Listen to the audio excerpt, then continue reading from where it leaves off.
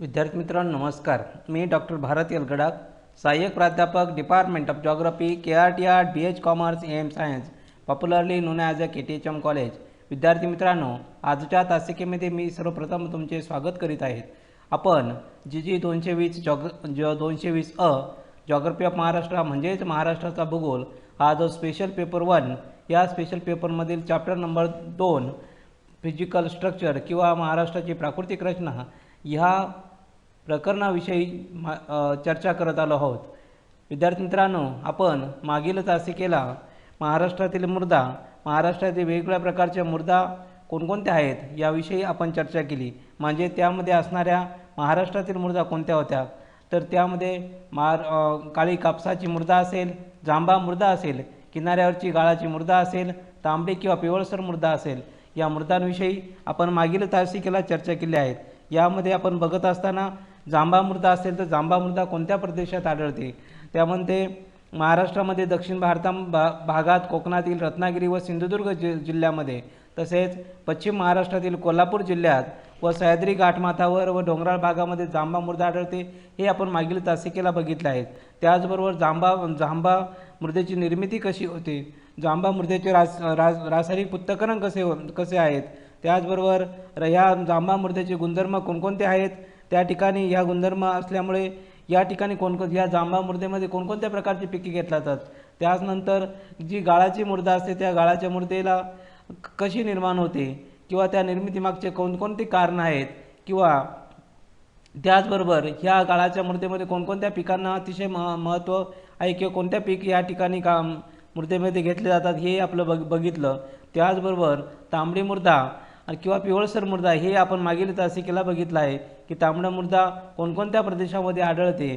त्याचबरोबर त्या तांबड्या मृदेची मागील तासिकेला बघितलेलं आहेत. या मृदांचा अभ्यास करत असताना आपण ह्याही गोष्टी बघितल्या पाहिजे की ह्या असणाऱ्या मृदा, या मृदांचे असणारे वेगवेगळे गुणधर्म, या गुणधर्मामुळे वेगवेगळ्या प्रकारची पिके ह्या वेगवेगळ्या असणाऱ्या मृदेमध्ये येत असतात आणि प्रत्येक मृदेचं वेगळं वैशिष्ट्य पण आपण बघत आलो आहोत किंवा बघितलं आहेत. अशाच प्रकारचेच आज आपण एक वेगळीच ह्या मृदेविषयी असणारी एक समस्या किंवा त्या समस्या का निर्माण झाली, या समस्येमागे कोणकोणती घटकं आहेत किंवा कोणकोणत्या घटकांमुळे ही समस्या निर्माण झाली, त्याला म्हणतात सॉईल ऑफ इरोजन किंवा मृदेची धूप. धूप म्हणजे काय, तर आपण हे बघणार आहोत की मृदेची धूप का होते, कोणकोणत्या कारणांमुळे होते आणि महाराष्ट्रातील मृदेची धुपीची प्रमुख महत्त्वाची काय कारणं आहेत हे आपण आजच्या तासिकेला बघणार आहोत. आता आपण बघूया एक एक. विद्यार्थी मित्रांनो, मृदेची धूप अनेक शतकापासून होत असलेली मृदेची धूप ही एक नैसर्गिक प्रक्रिया आहे. असं आपण बघितलं की नैसर्गिक प्रक्रिया म्हणजे काय की निसर्गात पाऊस पडतो, निसर्गात पाऊस पडल्यानंतर वाहत्या पाण्याबरोबर तो वाहून जातो आणि वाहत्या पाण्यानंतर ज्या ठिकाणी सुपीक अशी मृदा निर्माण झाली असेल ती पाण्याबरोबर वाहून जाते. ही झाली एक नैसर्गिक. परंतु या नैसर्गिक परिस्थितीमध्ये मृदेची निर्मिती असेल, मृदेची धूप असेल, यामध्ये समतोलपणा असू शकतो असंही आपल्याला म्हणावं लागेल. परंतु बऱ्याच वेळा गोष्टी अशा झाल्या आहे की मानवाच्या अविचारी वृत्तीमुळे किंवा मानवाने असणाऱ्या जास्तीत जास्त मोठ्या प्रमाणावर जंगलतोड केल्यामुळे, जास्तीत जास्त जो गवताळ कुरणांचा वापर केल्यामुळे, नदी प्रणालीचा दुरुपयोग केल्यामुळे मृदेतील असणारा समतोलपणा ढासळू गेला आहे. म्हणजे समतोलपणा ढासळल्यामुळे किंवा मानवाच्या असणाऱ्या या कृत्यामुळे असणाऱ्या ह्या मृदेची धूप मोठ्या प्रमाणावर झाली आहेत असं आपल्याला या ठिकाणी म्हणावं लागेल. त्याचबरोबर एकदा का समतोल ढासळला की मृदेची धूप मोठ्या प्रमाणावर होते हे आपल्याला माहिती आहे की या मृदेची धूप होत असताना म्हणजे प्रत्यक्षात आपण एक मृत्यूलाच आमंत्रण देतो असंही काही म्हणावं लागेल. कारण ज्या ठिकाणी सुपीक माती असते ती सुपीक माती नाहीशी होऊन त्या ठिकाणी जशी एखाद्या देशामध्ये मोठ्या प्रमाणावर सुपीक जर नसल्यामुळे तर त्या ठिकाणी दारिद्र्य, गरिबी, उपासमार, भूकबळी असे या प्रदेशामध्ये उद्भवू शकतात. म्हणजे मृदेची धूप ही अतिशय भयानक अशी एक मोठी समस्या आहे असं आपल्याला या ठिकाणी म्हणावं लागेल. म्हणजे थोडक्यात ज्या प्रदेशात असणाऱ्या प्रदेशातील जर सुपीकता संपून गेली तर त्या ठिकाणी वेगवेगळ्या समस्याही त्या ठिकाणी निर्माण होऊ शकतात असं आपल्याला या ठिकाणी नमूद करावं लागेल. म्हणजेच निसर्गामध्ये मातीची निर्मिती व्हायला 100 ते 200 वर्ष लागतात. तर हाच मानव एका रात्रीमध्ये अमृदेचा अयोग्य वापर करून मृदा नाश करतो आणि करू शकतो असंही आपल्याला माहिती आहे. बरेच शास्त्रज्ञ असंही म्हणतात की शास्त्रज्ञांच्या विचारानुसार शेती, जंगलतोड असेल नैसर्गिक वनस्पतींचा नाश असेल, गवताळ कुरणांचा जास्त वापर, यामुळे मातीची धूप मोठ्या प्रमाणावर होत जाते असंही काहींना वाटतं. आणि हेच कारण आहे की हे सर्वात महत्त्वाचे कारण आहे की मोठ्या प्रमाणावर मृदेची धूप होत असते. आता याचबरोबर सर्वसाधारणपणे माती नाहीशी होण्यास साधारणतः 100 वर्षाच्या काळाऐवजी काही वर्षात किंवा काही दिवसात देखील माती नाही होऊ शकते असे आपल्याला माहिती आहे. म्हणजे थोडक्यात मृदेची धूप ही किती मोठी दाहकता आहे, किती मोठी समस्या आहे हे आपण या ठिकाणी समजून घेऊ होणार आहोत. समस्या समजून घेत असताना आपल्याला पृष्ठावरील मातीच्या, आता धूप म्हणजे नेमकं काय असेल, की जमिनीची धूप आपण का म्हणायचं, धूप म्हणजे नेमकं तरी काय होतं, तर भूपृष्ठावरील मातीचे एका जागेवरून दुसऱ्या जागेत स्थलांतर होणे याला म्हणायचं जमिनीची धूप. म्हणजे थोडक्यात लक्षात ठेवा की भूपृष्ठावरील मातीचे एका जागेवरून दुसऱ्या जागेवर जाणे म्हणजे स्थलांतर होय, याला स्थलांतर असं म्हणतो. पण ती कशाची व्याख्या झाली, तर जमिनीची धूप झाली. म्हणजे प्राणी व वनस्पती यांची हालचाल तसेच पर्जन्य याचे परिणाम यामुळे, आता या कोणत्या कोणत्या गोष्टींमुळे एका जागेवरून दुसऱ्या ठिकाणी जात असेल, तर त्या ठिकाणी प्राणी आले, वनस्पती आले, यांची हालचाल आली. आणि व दुसरा अजून एक महत्त्वाचा घटक आहे जो त्याच्यावर आणखी परिणाम करतो, तो म्हणजे पर्जन्य. म्हणजेच यामुळे भूपृष्ठावरील मातीचे कण एकमेकापासून विलग होतात. आता विलग झालेले कण वारा असेल, जमिनीवर पडणारा पाऊस असेल, याच्याबरोबर ते वाहत जातात आणि अशा प्रकारे जमिनीची धूप होण्यास सुरुवात होते. म्हणजे ही झाली नैसर्गिक प्रतीने सांगितले आपण. पण ही धूपची प्रक्रिया ही नैसर्गिक प्रक्रिया मगाशी सांगितल्याप्रमाणे, म्हणजे या ठिकाणी प्राणी वनस्पती यांची हालचाल होते, यामुळे भूपृष्ठाचे कण वेगळे होतात. हे विलग झालेले कण वारा व जमिनीवरून पावसाचे वाहणारे पाणी याच्याबरोबर नेले जातात. अशा प्रकारे जमिनीची धूप होते. ही झाली धुपीची नैसर्गिक प्रक्रिया. पण खडकापासून ऊन, पाऊस, वारा, थंडी, उष्णता इत्यादीच्या परिणामामुळे विदारण प्रक्रियेला माती तयार होते. हे आपण मागील तासिकेला बघितले आहेत. ही विदारण प्रक्रिया अतिशय संथ गतीने होत असते. 1 सेंटीमीटर जर जाडीचा मातीचा थर तयार व्हायचा असेल तर काही अनेक वर्षे लागतात, हे आपल्याला माहिती आहे. म्हणजे त्यासाठी झाडेझुडपे असतील, याचा पालापाचोळा असेल, साठवून कुजवून त्या ठिकाणी त्या ह्युमसचं प्रमाण वाढवावं लागेल, म्हणजे तेव्हा कुठंतरी माती तयार होत असते. म्हणजे 1 सेंटीमीटर जाडीचा थर होण्यासाठी हजारो वर्षे लागतात. त्यामध्ये वेगवेगळ्या प्रकारच्या प्रक्रिया व्हाव्या लागतात आणि त्या प्रकारे एक चांगली सुपीक माती त्या ठिकाणी किंवा सॉईल निर्माण होत असते. ही अतिशय महत्त्वाची गोष्ट आहे की वारा असेल, पाऊस असेल इत्यादीमुळे माती एका ठिकाणाहून दुसऱ्या ठिकाणी वाहून नेली जाते. सकल भागातील माती पाण्याच्या प्रवाहावर वाहून जाऊन दुसऱ्या ठिकाणी गाळाच्या स्वरूपात साठते व तेथे उपयुक्त जमीन तयार होते. असे आपल्याला माहिती आहे की मोठ्या प्रमाणावर असणाऱ्या डोंगराळ भागामधील मोठ्या प्रमाणावर असणाऱ्या त्या पाण्याच्या प्रवाहावर वाहून गेल्यानंतर ती माती गाळाच्या अशा सुपीक प्रदेशामध्ये तयार होऊन त्या ठिकाणी गाळाची सुपीक किंवा मृदा तयार झाली आहेत असे आपल्याला म्हणावं लागेल. किंवा उंच उताराच्या किंवा दाट जास्तीत जास्त ज्या ठिकाणी जंगल आहे त्या ठिकाणी भागातील पालापाचोळा किंवा असणारं जे हे गोष्टी आहे त्या सकल भागामध्ये येऊन साठतात आणि त्यापासून माती तयार होऊन त्या ठिकाणी धूप भरून निघत असते असं आपल्याला म्हणावं लागेल. जोपर्यंत विदारण, धूप या दोन्ही प्रक्रियांचा समतोल साधला जात नाही, म्हणजे सर्वात महत्त्वाची गोष्ट काय की विदारण जेवढ्या प्रमाणात होतं तेवढ्या प्रमाणात धूप, म्हणजे विदारण आणि धूप या दोन्ही गोष्टींचं साधलं जात नाही तोपर्यंत एकमेकास पूरक असतात. म्हणजे नैसर्गिक धूप म्हणतात. नैसर्गिक धूप ही अपायकारक आहेत. परंतु मनुष्य, अन्य प्राणी यांचा वावर मोठ्या प्रमाणावर वाढल्यामुळे मातीचे कण मोठ्या प्रमाणावर विलग व्हायला सुरुवात झाली. म्हणजेच अशा गोष्टी आहे की ज्या गोष्टींमुळं, म्हणजे जो विदारण झालं की आता आपण म्हटलं की नैसर्गिक प्रक्रिया आहे, म्हणजे ते एकमेकास पूरक आहे विदारण आणि धूप. आता विदारण आणि जरी धूप एकमेकास पूरक असल्यात पण त्यामध्ये सर्वात महत्त्वाची गोष्ट आहे की मानव प्राणी त्यामध्ये आला आहे. आणि हा मानव प्राणी किंवा अन्य प्राणी यांचा वावर किंवा यांचा मोठ्या प्रमाणावर वापर वाढल्यामुळे त्या जमिनीवर वाढलेले मातीचे कण मोठ्या प्रमाणावर विलग झाले आणि मोठ्या प्रमाणावर एका ठिकाणून दुसऱ्याकडे वाहून गेले आणि त्याचा परिणाम म्हणून मातीची धूप जास्त झाली. म्हणजे शेतीसाठी वेगवेगळ्या प्रकारची मशागत केली जाते, मातीची उलथापालथ करून विस्कळीत केली जाते. आता त्याचप्रमाणे चुकीच्या मशागतीच्या पद्धतीमुळे जमिनीवर पडणाऱ्या पावसाच्यामुळे किंवा जमिनीवर वाहणाऱ्या पावसाच्या अधीन मार्ग तयार केले जातात. त्यामुळे वाहणाऱ्या पाण्याची गती वाढून त्याची ऊर्जा निर्माण होते. अशा नैसर्गिकरित्या होणाऱ्या धुपेला गतिवृद्धीत धूप असे म्हणू शकतो आपण म्हणतो. म्हणजे कसं तर बघा जास्तीत जास्त मोठ्या प्रमाणात नैसर्गिकरित्या धूप होतेच आहे, नैसर्गिकरित्या मोठ्या प्रमाणावर साईल ऑफ इरोजन होतच आहे. पण त्यात जर मानवाने जर आणखीन जर हे केली भर टाकली तर ती जास्तीत जास्त मोठ्या प्रमाणावर होते, म्हणजे ती मोठ्या प्रमाणावर धूप त्या ठिकाणी होऊ शकते असं आपल्याला म्हणावं. त्याचबरोबर विद्यार्थी मित्रांनो, आता या महाराष्ट्रात असणाऱ्या धुपेचे प्रमुख काही कारणं आहेत ते आपल्याला बघायचे. ती कोणकोणती कारणं आहेत? तर त्या पहिलं कारण आहे भूप्रदेशाचा उतार. त्यानंतर भूप्रदेशाचा उतार झाल्यानंतर मृदेचे स्वरूप, पावसाचे वितरण व क्षमता, जंगलतोड, गवताळ कुरणांचा वाजीपेक्षा जास्त वापर, भटकी शेती, शेतीच्या अयोग्य पद्धती, ह्यांचा आपल्याला अभ्यास करायचा आहे.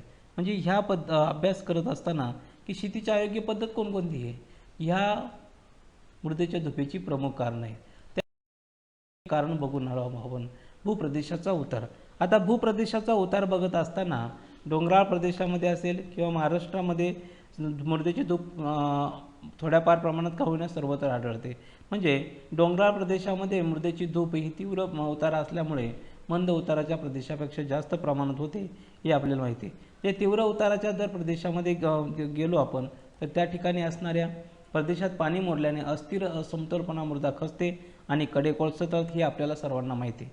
आणि ह्यामुळे या सह्याद्री पर्वताच्या दोन्ही बाजू मृदेची धूप मोठ्या प्रमाणावर होते, कारण मोठ्या प्रमाणावर सह्याद्री पर्वतामध्ये उगम पावणाऱ्या नद्या असतील, वेगवेगळ्या प्रकारचे कडे असतील, ह्या दोन गोष्टींमुळे ह्या सह्याद्री पर्वताच्या भागामध्ये मोठ्या प्रमाणावर धूप आपल्याला बघावयास मिळते.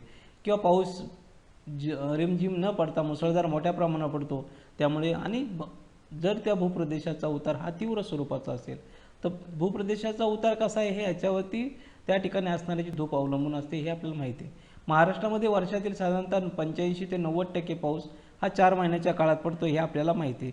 म्हणजेच मातीचा थर पाण्याच्या लोंढ्याबरोबर किंवा पाण्याच्या प्रवाहाबरोबर वाहून जातो आणि वाहून गेल्यामुळे त्या ठिकाणी सह्याद्रीच्या पर्वताच्या तीव्र उतार मृदेची धूप वाढवण्यामध्ये सहज मदत करतो असंही आपल्याला या ठिकाणी नमूद करावं लागेल. म्हणजे डोंगराळ भूप्रदेशातील मृदेचा थर हा अतिशय पातळ असतो, म्हणजे त्या ठिकाणी अतिशय कमी प्रगत मृदा असल्यामुळे आणि मोठ्या प्रमाणावर पाऊस त्या ठिकाणी पडत असल्यामुळे पातळ असणारा हा मृदेचा थर त्या प्रवाहाच्या पाण्याबरोबर वाहून जातो. म्हणजे उताराळ मृदेची थराची धूप किंवा प्रदेशामध्ये विस्तीर्ण खोल काचरे त्या ठिकाणी निर्माण होत असतात. म्हणजेच सह्याद्रीच्या पश्चिम भागामध्ये गेलो आपण तर तापी नदीच्या खोऱ्याच्या सातपुडा पर्वताच्या भागातही अशा मोठ्या प्रमाणावर त्या ठिकाणी धूप झालेली आपल्याला पाहावयास मिळेल. म्हणजे जे प्रदेश अतितीव्र उताराचे असून घनदाट अरण्याचे आच्छादन आहे त्या ठिकाणी मृदेची धूप ही कमी झाली असे आपल्याला नमूद करावं लागेल. म्हणजेच गोदावरी असेल, भीमा असेल, कृष्णा असेल या नद्यांच्या उगमाच्या क्षेत्रामध्ये प्रवाहाच्या विरुद्ध बाजूच्या मृदेची झीज आपल्याला पाहावयास मिळते. म्हणजेच सह्याद्री पर्वताच्या सागाच्या वृक्षांची लागवड त्या ठिकाणी प्रमाणात केलेली आहे किंवा मोठ्या प्रमाणात तोड केलेली आहेत. इतर डोंगरावरही ही परिस्थिती आपल्याला पाहावयास मिळते. म्हणजे ह्या गोष्टी आपल्याला की भूप्रदेशाचा उतार आणि धूप यांचा असणारा सहसंबंध कसा आहे. जर भूप्रदेशाचा उतार तीव्र स्वरूपाचा असेल तर मृदेची धूपसुद्धा तीव्र स्वरूपाची असेल. जर भूप्रदेशाचा उतार हा कमी स्वरूपात असेल तर भूप्रदेशात त्या ठिकाणी असणारी मृदेची धूप ही कमी प्रमाणात होऊ शकते. म्हणजे ह्या दोन गोष्टी अतिशय महत्त्वाच्या, म्हणजे या दोन गोष्टींचा सहसंबंध हा अतिशय जवळचा आहे. त्यानंतर पुढच्या आपण घटक येतो म्हणजे मातीचे स्वरूप किंवा मृदेचे स्वरूप की टेक्चर कसं येतं, त्या टेक्चर वसून आपल्याला बघायला मिळते. मृदेच्या धुपेवर मृदेची रचना असेल, पोत असेल, सेंद्रियांचे प्रमाण किती आहे याच्यावरती ठरत असते. म्हणजे उदाहरणार्थ आपण वेगवेगळ्या प्रकार बघितलं, वेगवेगळ्या म्हणजे जांभळ्या प्रकारची मृदा असेल, काळी मृदा असेल किंवा तांबडी किंवा पिवळसर मृदा असेल किंवा गाळाची मृदा असेल, प्रत्येक याचा मृदेच्या धूप आणि त्याच्यामध्ये असणारी त्या मृदेची असणारी रचना असेल, त्या मृदेचा असणारा पोत असेल किंवा त्यामध्ये त्या प्रत्येक मृदेमध्ये असणारे ह्युमसचं प्रमाण असेल हे आपण बघितलं. आता थोडक्यात जर बघितलं तर काळी कापसाची मृदा ही पावसामुळे विस्तारित आणि चिकट होत असते. आता चिकट झाल्यामुळे त्या ठिकाणी ही धूप थोडीशी हलक्या आणि जमिनीपेक्षा कमी असते. म्हणजे या मोठ्या प्रमाणात चिकट असल्यामुळे त्या ठिकाणी मोठ्या प्रमाणात तिची धूप होऊ शकत नाही. किंवा मऊ शेल किंवा वाळूच्या खडकाची झीज चुनखडी व ग्रॅनाइटपेक्षा जास्त होते हे आपल्याला माहिती आहे.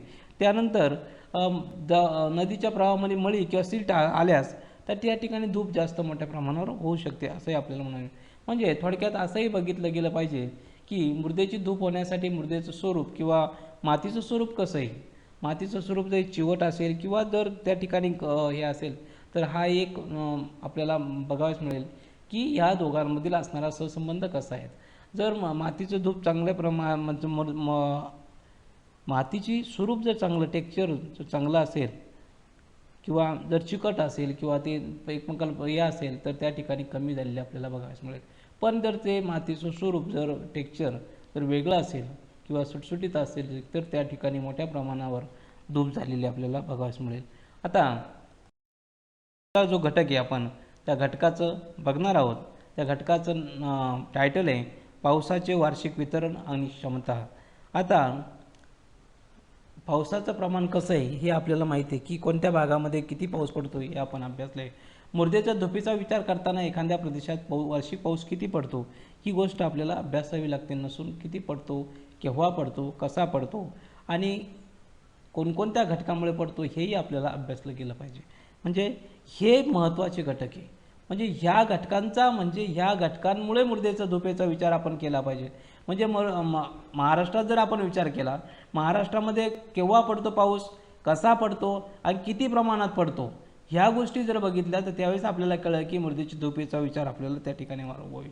म्हणजे काही तासामध्ये मुसळधार कोसळणारा पाऊस मृदेची धूप मोठ्या प्रमाणावर होतो आणि नुकसान करण्याचे कारणीभूत असतो हे आपल्याला माहिती आहे की जर मोठ्या प्रमाणावर पडणारा पाऊस जर जास्त असेल तर मोठ्या प्रमाणावर मृदेची धूप होईल. जर कमी प्रमाणात पाऊस पडला तर कमी प्रमाणात मृदेची धूप होत असते. म्हणजे एकमेकांचं असणारं घनिष्ठ संबंध आपल्याला या ठिकाणी म्हणावा लागेल. म्हणजे त्यानंतर पुढं महाराष्ट्रात पर्वतीय प्रदेशामध्ये गेलो आपण तर मुसळधार पावसामुळे मृदेची धूप मोठ्या प्रमाणावर होते हे आपल्याला सर्वश्रुत आहे. किंवा पठारी प्रदेशात जर आपण गेलो तर पठारी प्रदेशामध्ये मृदेची धूप मोठ्या प्रमाणात होते. याची कारणं काहीतरी वेगळी असू शकते, काही वेगवेगळ्या प्रकारचे कारणे असू शकतात. म्हणजे मृदेचं धूप हे पाऊस किंवा मुसळधार पाऊस हेच नाही, त्यावेळी वेगळी पण कारणं आहेत. त्यामध्ये ह्या पावसाचे प्रमाण कमी असते परंतु एखाद्या वेळेस कमी काळात म्हणजे प्रचंड मोठ्या प्रमाणात पाऊस पडतो आणि ते अनेक दिवस कित्येक आठवडे पडल्यास मृदेची धूप अशी होत नाही. पण एखाद्या वेळेस अचानक मोठ्या प्रमाणावर जर पाऊस पडला तर ती मृदेची धूप अचानक झालेली असे आपल्याला बघावयास मिळत असते. म्हणजेच जर प्रवाहाच्या पाण्याचा वेग प्रदेशाच्या उतारावर अवलंबून असतो. जर वेग दुप्पट झाला तर प्रवाहाची झीज करण्याची क्षमता 4 पटीने वाढते, वहन क्षमता ही 32 पटीने वाढते आणि पदार्थाचे कण वाहण्याची क्षमता ही 64 पटीने वाढत असते. म्हणजे थोडक्यात दुप्पट होते. म्हणजे थोडक्यात जर आपण प्रदेशाचा वेग पाण्याचा वेग असेल तर उतार अवलंबून असतो. हे दोन गोष्टी एकमेकाशी अतिशय रिलेशन चांगलं आहे की पाण्याचा प्रवाहाचा वेग आणि उतार. जर त्या वेग हा दुप्पट असला तर त्याच्या 4 पट त्या क्षमतेने त्याच्या प्रवाहाची झीज ही 4 पटीने होत असते आणि वहन क्षमता ही 32 पटीने होत असते आणि पदार्थ वाहण्याची क्षमता म्हणजे त्या ठिकाणी असणाऱ्या मोठ्या प्रमाणावर पाण्याचा वेग आणि उतार याचाही आपल्याला सहसंबंध या ठिकाणी जोडावा लागेल. त्याचा जो घटक आहे आपण जंगलतोड हा सर्वात महत्त्वाचा घटक आहे. या घटकांमुळे मोठ्या प्रमाणावर आपली जमिनीची धूप होण्यास कारणीभूत असते. माणसाने लाकूड व इंधनाच्या वापरासाठी अनियंत्रितपणे अविचाराने जंगलांची तोड मोठ्या प्रमाणावर महाराष्ट्रात केली आहे आणि ह्याच कुठल्याही प्रकारचा विचार न ठेवता कुठल्याही प्रकारच्या मनात निसर्गाकडून आपण जेवढं घेतो ते परत निसर्गाला तेवढं दिलं पाहिजे अशी कुठल्याही प्रकारची त्या ठिकाणी विचार मनात न ठेवता इंधनाच्या वापरासाठी असेल किंवा वेगवेगळ्या कारणासाठी असेल मोठ्या प्रमाणावर जंगलतोड मानवाने केली आहे आणि या जंगलतोडीचाच परिणाम म्हणून मोठ्या प्रमाणावर महाराष्ट्रातील मृदाधूप झालेली आहे.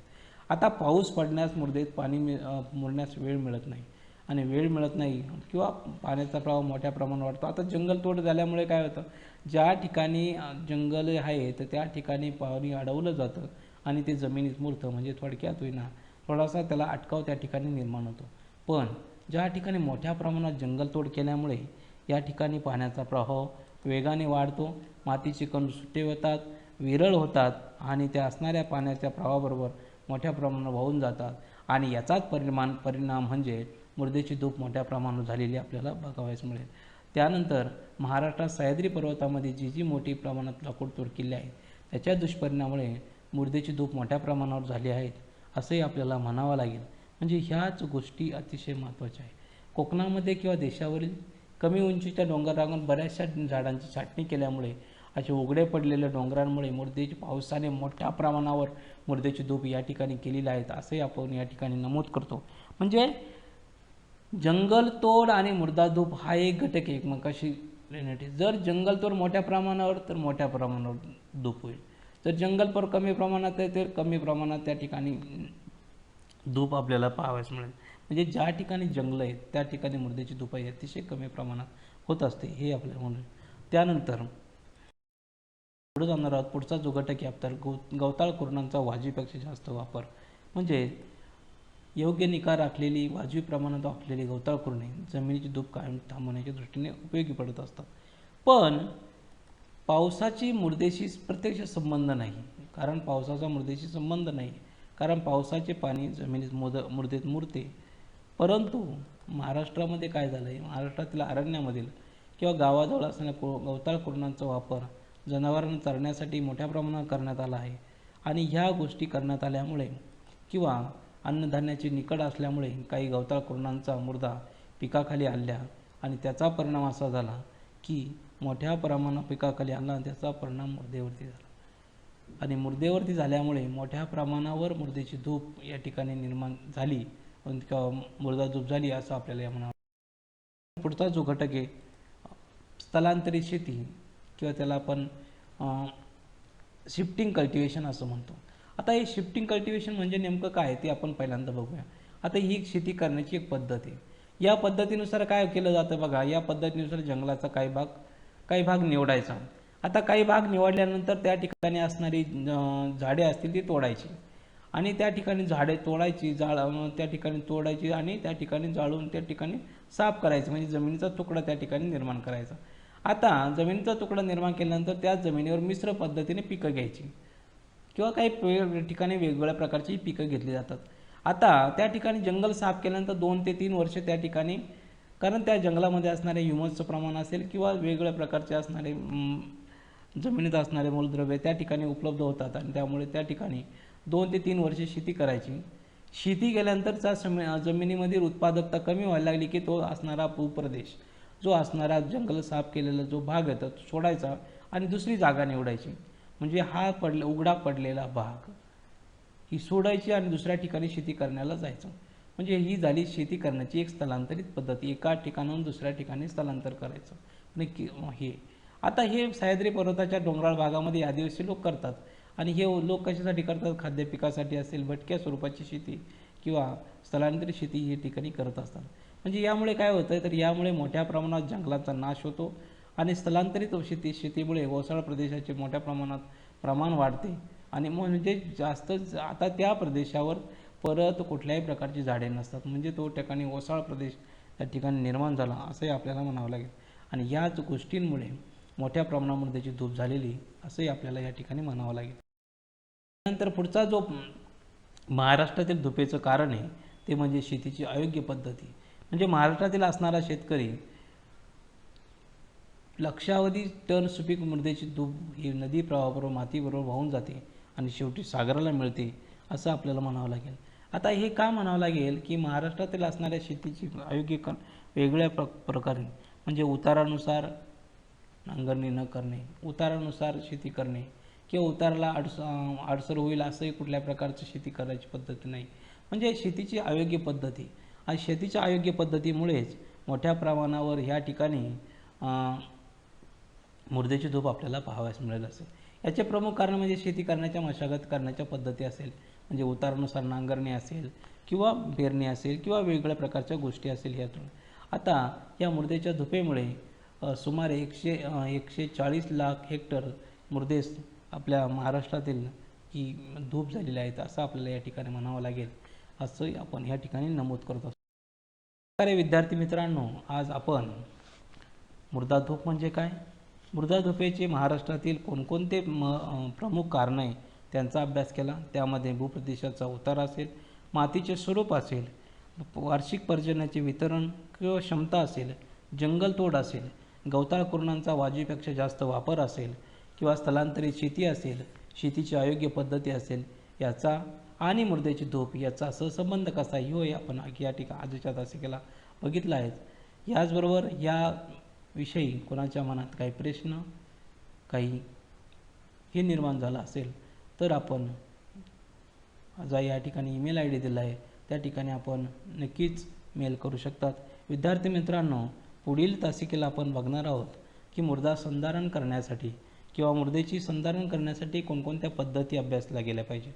ह्या अभ्यासत असताना मृदेचे संरक्षणाचे आवरण करणे असेल, मृदा धरून ठेवणाऱ्या पिकांची लागवड करणं असेल, किंवा गुरांना किंवा जनावरांना जर चराव प्रदेशात निर्बंध लादायचे असेल, किंवा पूर नियंत्रण आणायचं असेल, किंवा बांध बंदिस्ती करायचं असेल, ह्या मृदा धूप थांबवण्यासाठी कोणकोणत्या गोष्टी कराव्या लागतील याचाही अभ्यास पुढील तासिकेला करणार आहोत.